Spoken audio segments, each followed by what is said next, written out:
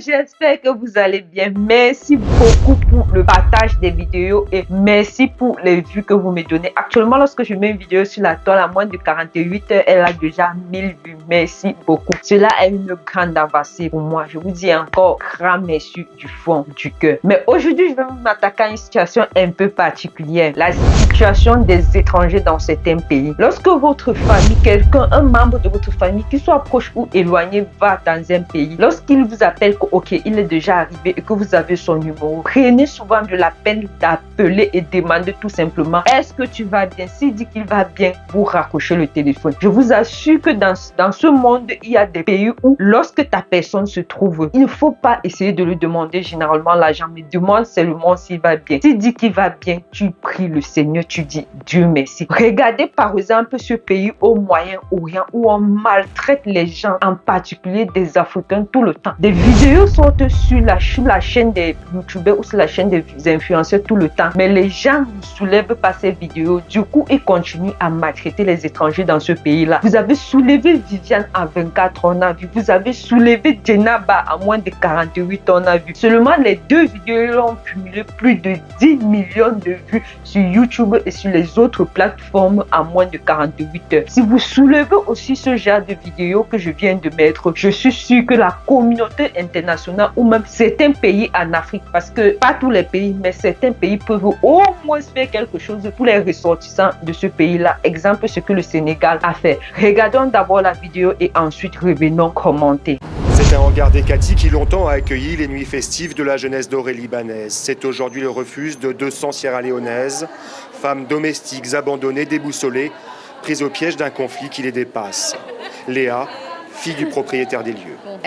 Nous avons décidé d'ouvrir ce refuge quand on a vu les femmes travailleuses étrangères dormir au bord de la route et elles n'ont plus d'endroit où vivre depuis le début de la guerre. Nous avons décidé de leur offrir cette grande maison. Leurs employeurs ont été tués par des raids israéliens ou bien ont pris la fuite, les laissant à leur sort dans un pays dont elles n'ont vu que quelques rues. Issa Taba est arrivé il y a 2 ans. Je travaillais de 5 heures du matin à minuit. 15 jours de travail, 1 jour de repos. Non logées, parfois non payées et contraintes à des trajets nocturnes. J'ai vu des hommes venir vers moi. Ça a été très long, nous étions 3. Ils nous ont frappés, ils nous ont violés. C'est comme ça que j'ai eu ce bébé, j'ai été violée. Pas de document pour l'enfant, son prénom Huga, quelques mois. Si je n'ai pas de papier pour mon bébé, je ne peux pas partir et cela me stresse beaucoup. Au milieu de ces femmes, 6 enfants en bas âge, pour certaines plus de passeport, en cause le système de parrainage qui leur a permis de venir au Liban au service de famille qui leur ont confisqué. Elles qui cuisinaient avant pour d'autres le font désormais pour elles-mêmes, toutes ensemble. On mange tout ce que l'on veut et on cuisine ce que l'on veut. On demande ce que l'on veut et en un clin d'œil, on nous le donne. Mais on veut juste rentrer dans notre pays. Pour moi, c'est fini le Liban. Plus jamais. Pour moi, plus jamais. Des tractations sont en cours pour organiser leur rapatriement, la fin d'un calvaire, à l'heure du repas, un chant du pays, pour garder l'espoir d'enfin retrouver leurs proches.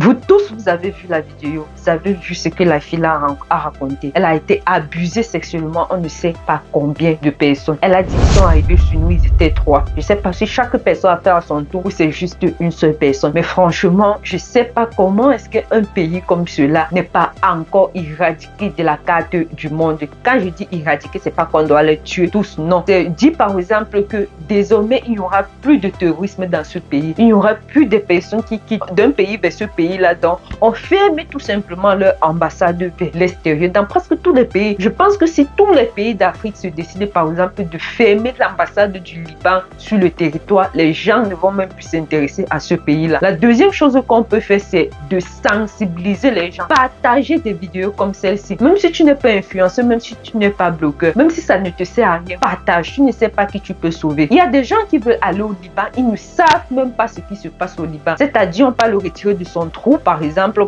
à Batié, moi je suis Batié, on peut le retirer de son trou, à Batié là-bas, on lui dit qu'il va aller être nounou, on lui dit à la personne quoi, qu'il va aller être nounou au Liban. Il ne sait pas ce qui se passe au Liban, c'est une fois sur le territoire qu'il commence à vivre l'enfer. Donc partage les vidéos pour que cette personne-là qui est même située au fin fond de Batié puisse voir ce genre de vidéos, puisse être informée. Aujourd'hui, Internet, parce que tout le monde a Internet. Rares sont les gens dont dans la famille, il n'y a pas au moins une personne qui a Internet actuellement. Donc, partagez ce genre de contenu pour pouvoir sensibiliser les gens. Si on ne peut pas au moins fermer toutes les ambassades qui existent dans d'autres pays du Liban, qui existent dans d'autres pays en Afrique, il faudrait que les gens sachent au moins ce qui se passe dans ce pays-là pour ne plus immigrer, pour aller travailler dans ce pays-là. Les gens se disent que non, lorsque tu viens pour travailler pour ton maître, même dans la Bible, c'est écrit que tu dois te soumettre à ton maître, tout ce qui va avec. Tu dois le respecter, c'est vrai. Tu dois faire ce qu'il te dit, c'est vrai. Mais tu ne dois pas, par exemple, subir les violences à la maison parce que Dieu ne dit pas cela. Ou il ne doit pas, par exemple, te violer de façon légale jusqu'à ce qu'on accepte cela parce qu'on a dit que tu dois être soumis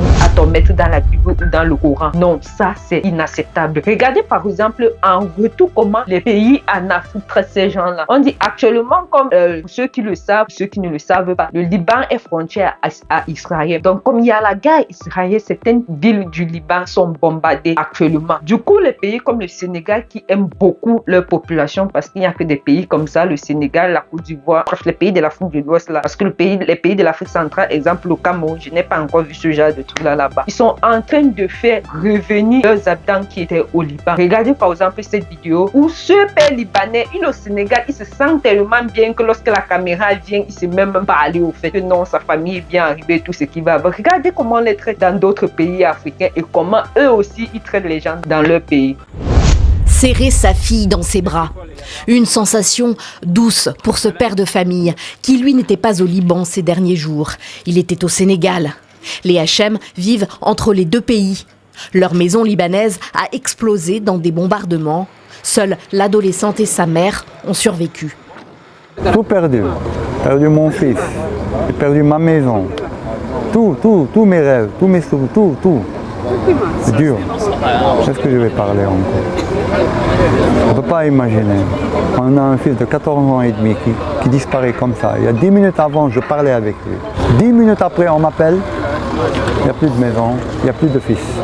Le Sénégal, un refuge pour ces ressortissants sénégalais dont certains sont originaires du Liban, d'autres établis là-bas. 117 personnes ont été rapatriées, volontaires pour fuir les combats qui opposent le Hezbollah et Israël, et qui en un mois ont tué plus de 1400 personnes côté libanais. Ce vol a été organisé par les autorités sénégalaises. Le Liban a des liens historiques et très anciens avec le Sénégal.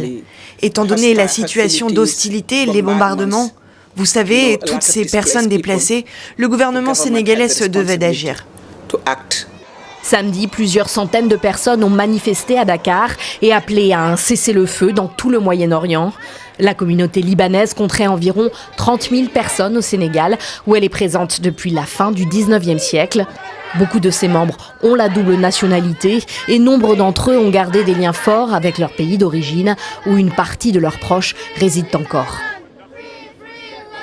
Franchement, est-ce que vous avez senti de la tristesse dans la voix de ce monsieur qui est comme lorsque vous avez écouté la fille qui est au Liban qui racontait son histoire? Comment est-ce qu'il y avait de la tristesse dans sa voix? Non. Tout ce qui rend ce monsieur un peu triste, c'est le fait que sa maison a été bombardée. Il a tout perdu et il a perdu son fils. Pas le fait qu'au Sénégal, il est maltraité ou quoi que ce soit. Or, la vidéo qui est passée précédemment, vous voyez comment cette fille, au lieu même de rire, parce qu'elle est, je ne sais pas où, dans un pays étranger, elle se bat et tout ce qui va avec, elle est en train de pleurer. Et tout ce qu'elle demande, c'est de rentrer dans son pays. Le monsieur qui est au Sénégal, là, vous pensez qu'il est pressé de rentrer encore au Liban? N'est-ce pas? Il est peut-être même en train de s'installer au Sénégal comme ça, étant donné qu'il dit qu'il n'a même plus rien au Liban. Je suis même plus sûr qu'il va vouloir rentrer au Liban d'ici tôt. Il va chercher à s'installer plutôt définitivement au Sénégal. Et je ne sais pas pourquoi ce genre de vidéo, donc le genre de vidéo que je sais qui a tourné ça, mais j'ai vu ça sur la toile, j'ai dit que ça serait bon de partager avec vous. Je ne sais pas pourquoi ce genre de vidéo n'a pas de millions de vues. Tu vas là en bas, c'est 10 000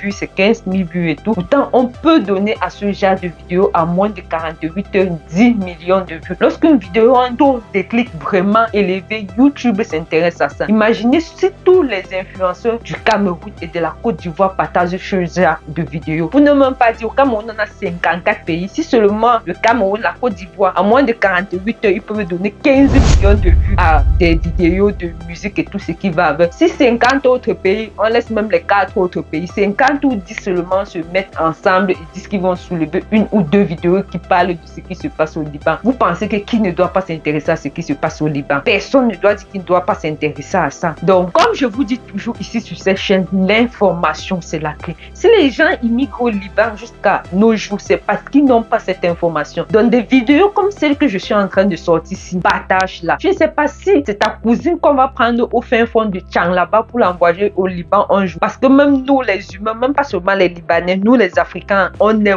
mauvais. Parce que c'est nous qui faisons le placement dans les familles libanaises là. Donc, lorsqu'on est en train de te dire que, ok, au Liban, on tue les Africains, au Liban, on viole les Africains, au Liban, on fait ceci, cela avec des Africains. Mais toi, ton agence de voyage continue à envoyer les gens au Liban.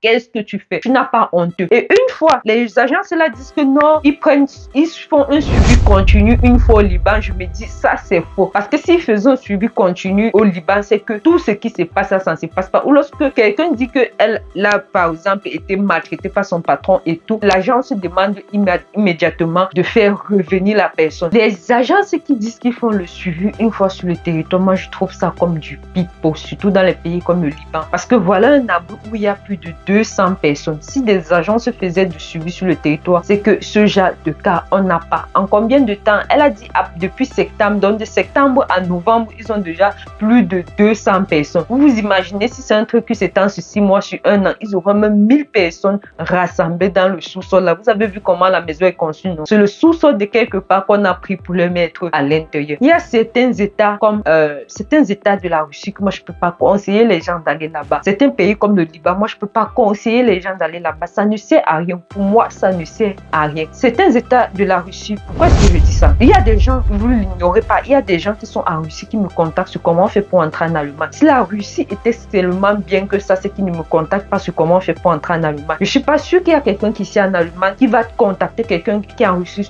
et demander comment est-ce que je peux faire pour venir pour aller en Russie. Peut-être pour aller en France parce que ici en Allemagne, la langue, franchement, c'est pas facile. Même en 1 an, en 2 ans, comprendre certaines choses, mais dire que tu peux maîtriser la langue, là, c'est pas vraiment le truc. Mais pour quelqu'un qui se bat, il peut vivre sur le territoire avec son niveau de langue. Ça, ce n'est pas, moi, je trouve pas ça comme un problème. Bon, après, il y a des gens qui sont tellement aisés dans la vie ou que les parents ont l'argent. Si tu les envoies en Allemagne, ils veulent pas faire l'effort pour apprendre l'allemand. Ils vont chercher comment faire pour aller au Canada ou chercher comment faire pour aller en France. Ou s'ils ont aussi des problèmes sur le territoire allemand, ils vont chercher comment faire pour aller en France. Comme je disais, il y a des pays que lorsque vous voulez immigrer, il faut vous renseigner sur ces pays-là. Si vous partez, ne vous renseignez pas sur TikTok. Bref, vous pouvez vous renseigner sur TikTok, mais allez sur Google, là-bas des recherches de Google. Google, je précise bien, allez sur Google. Tapez avantage, tapez inconvénient. Regardez s'il y a la guerre, regardez si les Africains sont maltraités. Regardez.